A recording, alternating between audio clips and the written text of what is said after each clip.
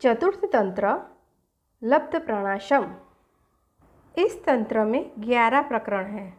प्रकरण पहला मेढक सांप की मित्रता, दूसरा आजमाए को आजमाना, तीसरा समय का राग, कुसमय की टर, चौथा गीदड़ गीदड़ ही रहता है, पांचवा स्त्री का विश्वास, छठा स्त्री भक्त राजा, सातवां वाचाल गधा, आठवां न घर का न घाट का, नौवां घमंड का सिर नीचा, 10वां राजनीतिज्ञ गीदड़, 11वां कुत्ते का वैरी कुत्ता। एक बड़ी झील के तट पर सब ऋतुओं में मीठे फल देने वाला जामुन का वृक्ष था। उस वृक्ष पर रक्तमुख नाम का बंदर रहता था। एक दिन झील से निकलकर एक मगरमच्छ उस वृक्ष के नीचे आ गया। बंदर ने उसे जामुन के वृक्ष से फल तोड़कर खिलाए। दोनों में मैत्री हो गई। मगरमच्छ जब भी वहां आता, बंदर उसे अतिथि मानकर उसका सत्कार करता था। मगरमच्छ भी जामुन खाकर बंदर से मीठी मीठी बातें करता। इसी तरह दोनों की मैत्री गहरी होती गई। मगरमच्छ कुछ जामुने वही खा लेता था, कुछ अपनी पत्नी के लिए अपने साथ घर ले जाता था। एक दिन मगर पत्नी ने पूछा, नाथ, इतने मीठे फल तुम कहाँ से और कैसे ले आते हो? मगर ने उत्तर दिया, झील के किनारे मेरा एक मित्र बंदर रहता है, वही मुझे ये फल देता है। मगर पत्नी बोली, जो बंदर इतने मीठे फल रोज खाता है, उसका दिल भी कितना मीठा होगा। मैं चाहती हूँ कि तू उसका दिल मुझे ला दे। मैं उसे खाकर सदा के लिए तेरी बन जाऊंगी और हम दोनों अनंत काल तक यौवन का सुख भोगेंगे। मगर ने कहा, ऐसा न कर प्रिय, अब तो वह मेरा धर्म भाई बन चुका है, अब मैं उसकी हत्या नहीं कर सकता। मगर पत्नी बोली, तुमने आज तक मेरा कहाँ नहीं मोड़ा था, आज यह नई बात कह रहे हो। मुझे संदेह होता है कि वह बंदर नहीं बंदरी होगी। तुम्हारा उससे लगाव हो गया होगा, तभी तुम प्रतिदिन वहाँ जाते हो। मुझे यह बात पहले मालूम नहीं थी।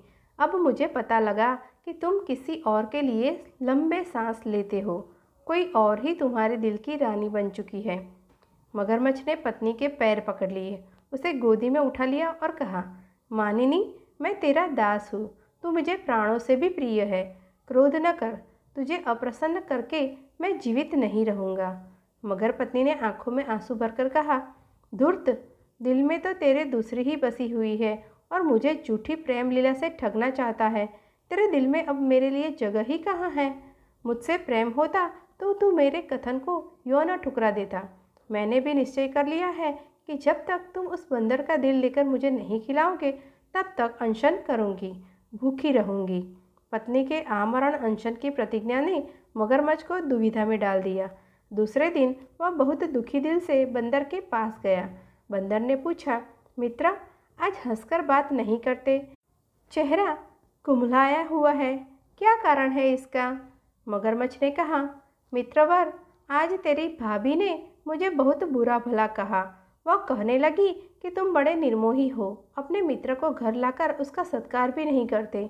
इस कृतज्ञता के पाप से तुम्हारा परलोक में भी छुटकारा नहीं होगा। बंदर बड़े ध्यान से मगरमच्छ की बात सुनता रहा। मगरमच्छ कहता गया, मित्र, मेरी पत्नी आज आग्रह किया है कि मैं उसके देवर को लेकर आऊँ। तुम्हारी भाभी ने तुम्हारे सत्कार के लिए अपने घर को रत्नों की बंधनवार से सजाया है। वह तुम्हारी प्रतीक्षा कर रही है। बंदर ने कहा, मित्रवर, मैं तो जाने को तैयार हूँ, किंतु मैं तो भूमि पर ही चलना जानता हूँ, जल पर नहीं। कैसे जाऊँगा? मगरमच्छ ने कहा, तुम मेरी पीठ पर चढ़ जाओ, मैं तुम्हें सकुशल घर पहुँचा दूँगा। बंदर मगरमच्छ की पीठ पर चढ़ गया। दोनों जब झील के बीचों बीच अगाध पानी में पहुँचे तो बंदर ने कहा, जरा धीमे चलो मित्र, मैं तो पानी की लहरों से बिल्कुल भीग गया हूँ, मुझे सर्दी लगती है। मगरमच्छ ने सोचा, अब यह बंदर मुझसे बचकर नहीं जा सकता, इसे अपने मन की बात कह देने में कोई हानि नहीं है। मृत्यु से पहले इसे अपने देवता के स्मरण का समय भी मिल जाएगा। यह सोचकर मगरमच्छ ने अपने दिल का भेद खोल दिया। मित्र, मैं तुझे अपनी पत्नी के आग्रह पर मानने के लिए यहाँ लाया हूँ। अब तेरा काल आ पहुँचा है। भगवान का स्मरण कर, तेरे जीवन की घड़ियाँ अधिक नहीं है। बंदर ने कहा, भाई, मैंने तेरे साथ कौन सी बुराई की है जिसका बदला तू मेरी मौत से लेना चाहता है? किस अभिप्राय से तू मुझे मारना चाहता है? बतला तो दे। मगरमच्छ ने कहा, अभिप्राय तो एक ही है, वह यह कि मेरी पत्नी तेरे मीठे दिल का रसास्वाद करना चाहती है। यह सुनकर नीति कुशल बंदर ने बड़े धीरज से कहा, यदि यही बात थी तो तुमने मुझे वहीं क्यों नहीं कह दिया? मेरा दिल तो वहाँ वृक्ष के एक बिल में सदा सुरक्षित पड़ा रहता है। तेरे कहने पर मैं वही तुझे अपनी भाभी के लिए भेंट दे देता। अब तो मेरे पास दिल है ही नहीं, भाभी भूखी रह जाएगी। मुझे तो अब दिल के बिना ही लिए जा रहा है। मगरमच्छ बंदर की बात सुनकर प्रसन्न हो गया और बोला, यदि ऐसा ही है तो चल, मैं तुझे फिर जामुन के वृक्ष तक पहुंचा देता हूँ। तू मुझे अपना दिल दे देना, मेरी दुष्ट पत्नी उसे खाकर प्रसन्न हो जाएगी। यह कहकर वह बंदर को वापस ले आया। बंदर किनारे पर पहुंचकर जल्दी से वृक्ष पर चढ़ गया। उसे मानो नया जन्म मिला था। नीचे से मगरमच्छ ने कहा, मित्र, अब वह अपना दिल मुझे दे दो, तेरी भाभी प्रतीक्षा कर रही होगी। बंदर ने हंसते हुए उत्तर दिया, मूर्ख, विश्वासघातक, तुझे इतना भी पता नहीं कि किसी के शरीर में दो दिल नहीं होते। कुशल चाहता है तो यहाँ से भाग जा और आगे कभी यहाँ मत आना। मगरमच्छ बहुत लज्जित होकर सोचने लगा, मैंने अपने दिल का भेद कहकर अच्छा नहीं किया। फिर से उसका विश्वास पाने के लिए बोला, मित्र, मैंने तो हंसी हंसी में वह बात कही थी, उसे दिल पर न लगा। अतिथि बनकर हमारे घर पर चल, तेरी भाभी बड़ी उत्कंठा से तेरी प्रतीक्षा कर रही है। बंदर बोला, दुष्ट, अब मुझे धोखा देने की कोशिश मत कर। मैं तेरे अभिप्राय को जान चुका हूँ। भूखे आदमी का कोई भरोसा नहीं। ओछे लोगों के दिल में दया नहीं होती। एक बार विश्वासघात होने के बाद मैं अब उसी तरह तेरा विश्वास नहीं करूँगा जिस तरह गंगदत्त ने नहीं किया था। मगरमच्छ ने पूछा, किस तरह? बंदर ने तब गंगदत्त की कथा सुनाई। प्रकरण पहला, मेंढक सांप की मित्रता। यो मित्रम कुरुते मित्रम वीर्या अभ्यधिक आत्मनः स करोति न संदेह स्वयं ही विषभक्षणम। अपने से अधिक बलशाली शत्रु को मित्र बनाने से अपना ही नाश होता है। एक कुएं में गंगदत्त नाम का मेंढक रहता था। वह अपने मेंढक दल का सरदार था। अपने बंधु बांधवों के व्यवहार से खिन्न होकर वह एक दिन कुएं से बाहर निकल आया। बाहर आकर वह सोचने लगा कि किस तरह उनके बुरे व्यवहार का बदला ले। यह सोचते सोचते वह एक सर्प के बिल के द्वार तक पहुंचा।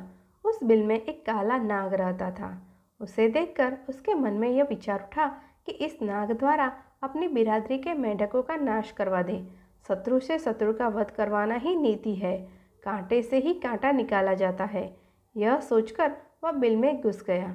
बिल में रहने वाले नाग का नाम था प्रियदर्शन। गंगदत्त उसे पुकारने लगा। प्रियदर्शन ने सोचा, यह सांप की आवाज़ नहीं है, तब कौन मुझे बुला रहा है? किसी के कुलशील से परिचित पाए बिना उसके संग नहीं जाना चाहिए। कहीं कोई सपेरा ही उसे बुलाकर पकड़ने के लिए न आया हो। अतः अपने बिल के अंदर से ही उसने आवाज़ दी, कौन है जो मुझे बुला रहा है? गंगदत्त ने कहा, मैं गंगदत्त मेंढक हूँ, तेरे द्वार पर तुझसे मैत्री करने आया हूँ।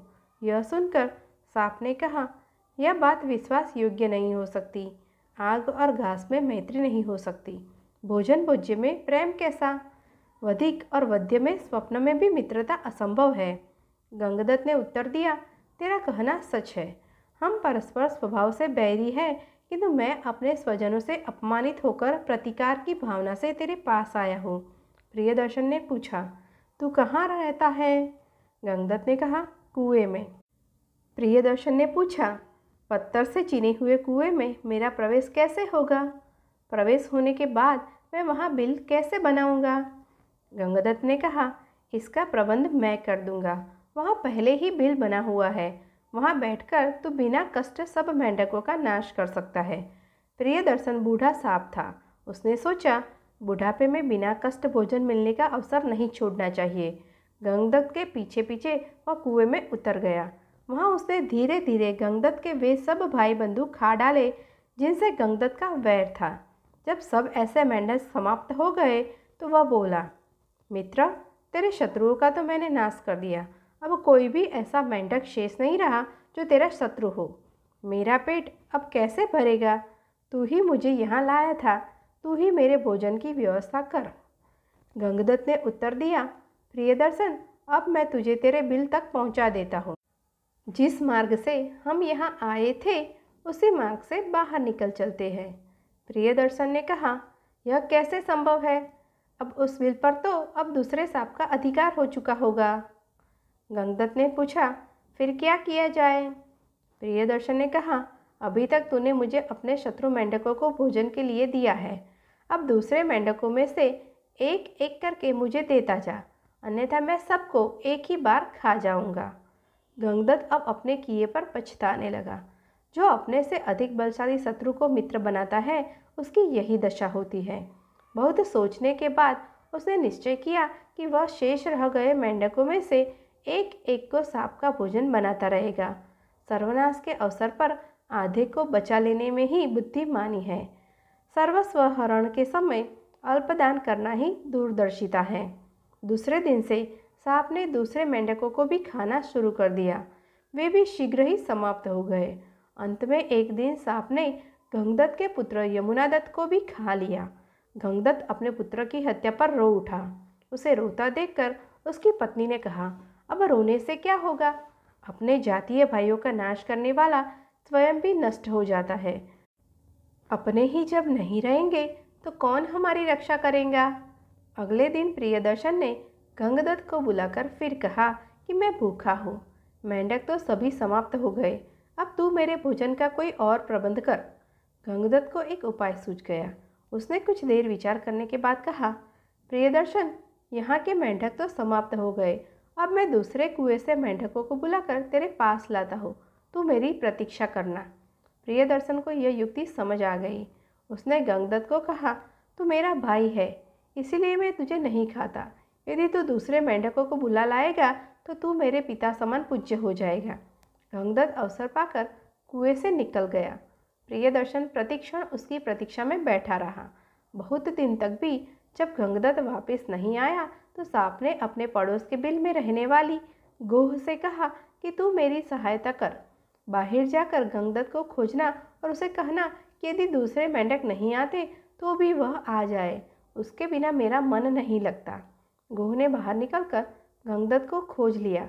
उससे भेंट होने पर वह बोली, गंगदत्त, तेरा मित्र प्रियदर्शन तेरी राह देख रहा है, चल उसके मन को धीरज बंधा, वह तेरे बिना बहुत दुखी है। गंगदत्त ने गोह से कहा, नहीं, मैं अब नहीं जाऊंगा।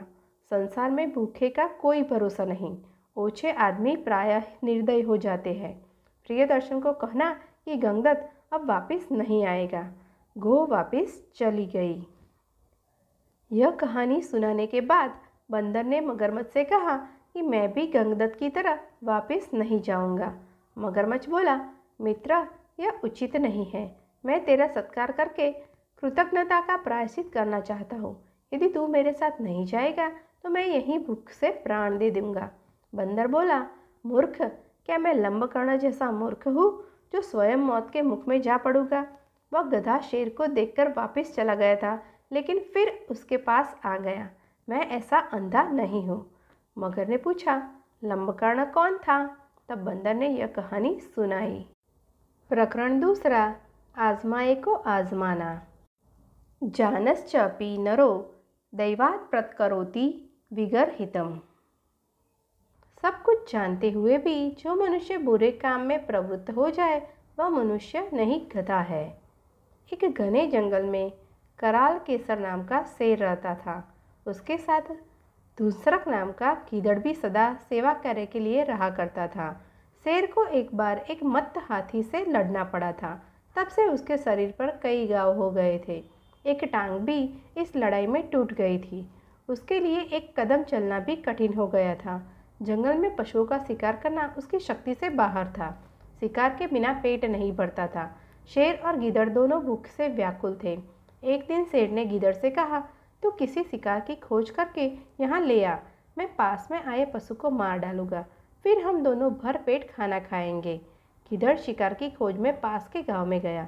वहाँ उसने तालाब के किनारे लंबकर्ण नाम के गधे को हरी हरी घास की कोमल कोपले खाते देखा। उसके पास जाकर बोला, मामा नमस्कार, बड़े दिनों बाद दिखाई दिए हो, इतने दुबले कैसे हो गए?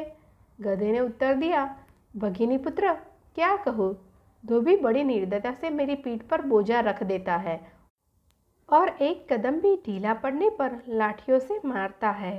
घास मुट्ठी भर भी नहीं देता। स्वयं मुझे यहाँ आकर मिट्टी मिली घास के तिनके खाने पड़ते हैं, इसीलिए दुबला होता जा रहा हूँ। गीदड़ बोला, मामा यही बात है तो मैं तुझे एक जगह ऐसी बतलाता हूँ जहाँ मरकत मणि के समान स्वच्छ हरी घास के मैदान है। निर्मल जल का जलाशय भी पास ही है। वहाँ आओ और हंसते गाते जीवन व्यतीत करो। लंबकर्ण ने कहा, बात तो ठीक है भगिनी पुत्र, किंतु हम देहाती पशु हैं, वन में जंगली जानवर मारकर खा जाएंगे, इसीलिए हम वन के हरे मैदानों का उपभोग नहीं कर सकते। गीदड़ ने कहा, मामा ऐसा न कहो, वहाँ मेरा शासन है। मेरे रहते कोई तुम्हारा बाल भी बांका नहीं कर सकता। तुम्हारी तरह कई गधों को मैंने धोबियों के अत्याचारों से मुक्ति दिलाई है। इस समय भी वहाँ 3 गंधर्व कन्याएं रहती है जो अब जवान हो चुकी है। उन्होंने आते हुए मुझे कहा था कि तुम हमारी सच्ची माँ हो तो गांव में जाकर हमारे लिए किसी गंधर्वपति को लाओ, इसीलिए तो मैं तुम्हारे पास आया हूँ। गीदड़ की बात सुनकर लंबकर्ण ने गीदड़ के साथ चलने का निश्चय कर लिया। गीदड़ के पीछे पीछे चलता हुआ वह उसी वन प्रदेश में आ पहुंचा जहां कई दिनों का भूखा शेर भोजन की प्रतीक्षा में बैठा था। शेर के उठते ही लंबकर्ण ने भागना शुरू कर दिया। उसके भागते भागते भी शेर ने पंजा लगा दिया, लेकिन लंबकर्ण शेर के पंजे में नहीं फंसा, भाग ही गया। तब गीदड़ ने शेर से कहा, तुम्हारा पंजा बिल्कुल बेकार हो गया है। गधा भी उसके फंदे से बच भागता है। क्या इसी बल पर तुम हाथी से लड़ते हो? शेर ने जरा लज्जित होते हुए उत्तर दिया, अभी मैंने अपना पंजा तैयार भी नहीं किया था, वह अचानक ही भाग गया, अन्यथा हाथी भी इस पंजे की मार से घायल हुए बिना भाग नहीं सकता। गीदड़ बोला, अच्छा तो अब एक बार और यत्न करके उसे तुम्हारे पास लाता हूँ, यह प्रहार खाली न जाए। शेर ने कहा, जो गधा मुझे अपनी आंखों देखकर भागा है वह अब कैसे आएगा? फिर किसी और पर घात लगाओ। गीदड़ ने कहा, इन बातों में तुम दखल मत दो, तुम तो केवल तैयार होकर बैठ रहो। गीदड़ ने देखा कि गधा उसी स्थान पर फिर घास चर रहा है। गीदड़ को देखकर गधे ने कहा, भगिनी सुध, तू भी मुझे खूब अच्छी जगह ले गया। एक क्षण और हो जाता तो जीवन से हाथ धोना पड़ता। भला वह कौन सा जानवर था जो मुझे देखकर उठा था और जिसका वज्र समान हाथ मेरी पीठ पर पड़ा था? तब हंसते हुए गीदड़ ने कहा, मामा तुम भी विचित्र हो। गदर भी तुम्हें देखकर आलिंगन करने उठी और तुम वहाँ से भाग आए। उसने तो तुमसे प्रेम करने को हाथ उठाया था। वह तुम्हारे बिना जीवित नहीं रहेगी, भूखी प्यासी मर जाएगी। वह कहती है, यदि लंबकर्ण मेरा पति नहीं होगा तो मैं आग में कूद पड़ूंगी। इसलिए अब उसे अधिक मत सताओ, अन्यथा स्त्री हत्या का पाप तुम्हारे सिर लगेगा। चलो मेरे साथ चलो। गीदड़ की बात सुनकर गधा उसके साथ फिर जंगल की ओर चल दिया। वहां पहुंचते ही शेर उस पर टूट पड़ा। उसे मारकर शेर तालाब में स्नान करने गया। गीदड़ रखवाली करता रहा। शेर को जरा देर हो गई। भूख से व्याकुल गीदड़ ने गधे के कान और दिल के हिस्से काटकर खा लिए। शेर जब भजन पूजन से वापस आया तो उसने देखा कि गधे के कान नहीं थे और दिल भी निकला हुआ था। क्रोधित होकर उसने गीदड़ से कहा, पापी, तूने इसके कान और दिल खाकर इसे जूठा क्यों किया?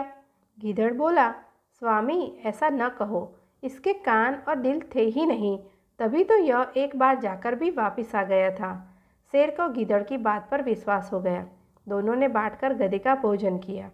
कहानी कहने के बाद बंदर ने मगर से कहा कि मूर्ख, तूने भी मेरे साथ छल किया था, किंतु दंभ के कारण तेरे मुख से सच्ची बात निकल गई। दंभ से प्रेरित होकर जो सच बोलता है वह उसी तरह पदच्युत हो जाता है जिस तरह युधिष्ठिर नाम के कुम्हार को राजा ने पदच्युत कर दिया था। मगर ने पूछा, युधिष्ठिर कौन था? तब बंदर ने युधिष्ठिर की कहानी इस प्रकार सुनाई।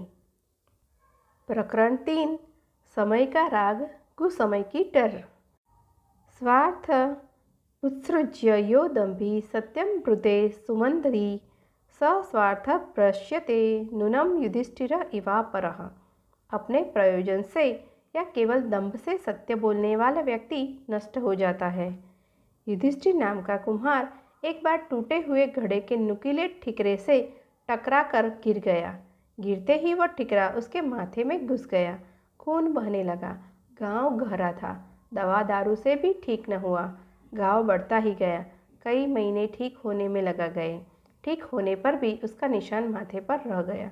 कुछ दिन बाद अपने देश में दुर्भिक्ष पड़ने पर वह एक दूसरे देश में चला गया। वहाँ वह राजा के सेवकों में भर्ती हो गया। राजा ने एक दिन उसके माथे पर घाव के निशान देखे तो समझा कि यह अवश्य कोई वीर पुरुष होगा, जो लड़ाई में शत्रु का सामने से मुकाबला करते हुए घायल हो गया होगा। यह समझ उसने उसे अपनी सेना में ऊंचा पद दे दिया। राजा के पुत्र व अन्य सेनापति इस सम्मान को देखकर जलते थे, लेकिन राजभय से कुछ कह नहीं सकते थे। कुछ दिन बाद उस राजा को युद्ध भूमि में जाना पड़ा। वहाँ जब लड़ाई की तैयारियां हो रही थी, हाथियों पर होद्दे डाले जा रहे थे, घोड़ों पर काठियाँ चढ़ाई जा रही थी, युद्ध का बिगुल सैनिकों को युद्ध भूमि के लिए तैयार होने का संदेश दे रहा था, राजा ने प्रसंगवश युधिष्ठिर कुम्हार से पूछा, वीर, तेरे माथे पर यह गहरा घाव किस संग्राम में कौन से शत्रु का सम्मान करते हुए लगा था? कुम्हार ने सोचा कि अब राजा और उसमें इतनी निकटता हो चुकी है कि राजा सच्चाई जानने के बाद भी उसे मानता रहेगा। यह सोच उसने सच बात कह दी कि यह घाव हथियार का घाव नहीं है, मैं तो कुम्हार हूँ। एक दिन शराब पीकर लड़खड़ाता हुआ जब मैं घर से निकला तो घर में बिखरे पड़े घड़ों के ठिकरों से टकराकर गिर पड़ा। एक नुकीला ठिकरा माथे में गड़ गया। यह निशान उसका ही है। राजा यह बात सुनकर बहुत लज्जित हुआ और क्रोध से कांपते हुए बोला, तूने मुझे ठगकर इतना ऊंचा पद पा लिया, अभी मेरे राज्य से निकल जा। कुम्हार ने बहुत अनुनय विनय की कि मैं युद्ध में मैदान में तुम्हारे लिए प्राण दे दूंगा, मेरा युद्ध कौशल्य तो देख लो। किंतु राजा ने एक बात न सुनी। उसने कहा कि भले ही तुम सर्वगुण संपन्न हो, शूर हो, पराक्रमी हो, किंतु हो तो कुम्हार ही। जिस कुल में तेरा जन्म हुआ है वह शूरवीरों का नहीं है। तेरी अवस्था उस गीदड़ की तरह है जो शेरों के बच्चों में पलकर भी हाथी से लड़ने को तैयार न हुआ था। युधिष्ठिर कुम्हार ने पूछा, यह किस तरह? तब राजा ने सिंह श्रृंगाल पुत्र की कहानी इस प्रकार सुनाई। प्रकरण 4। गीदड़ गीदड़ ही रहता है। यस्मिन् कले त्वम उत्पन्नो गजस्त्र न हन्त्यते। गीदड़ का बच्चा शेरनी का दूध पीकर भी गीदड़ ही रहता है। एक जंगल में शेर शेरनी का युगल रहता था। शेरनी के 2 बच्चे हुए। शेर प्रतिदिन हिरणों को मारकर शेरनी के लिए लाता था। दोनों मिलकर पेट भरते थे। एक दिन जंगल में बहुत घूमने के बाद भी शाम होने तक शेर के हाथ कोई शिकार न आया।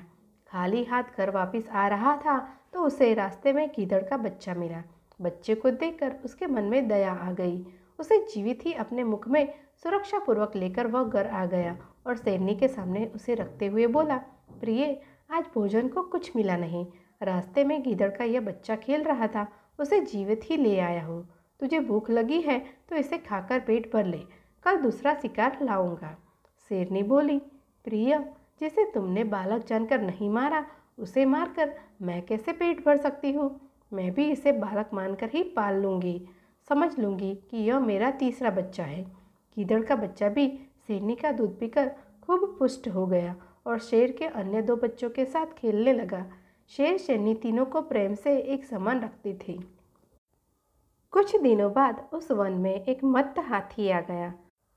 उसे देखकर शेर के दोनों बच्चे हाथी पर गुर्राते हुए उसकी ओर लपके। गीदड़ के बच्चे ने दोनों को ऐसा करने से मना करते हुए कहा, यह हमारा कुल शत्रु है, उसके सामने नहीं जाना चाहिए, शत्रु से दूर रहना ही ठीक है। यह कहकर वह घर की ओर भागा।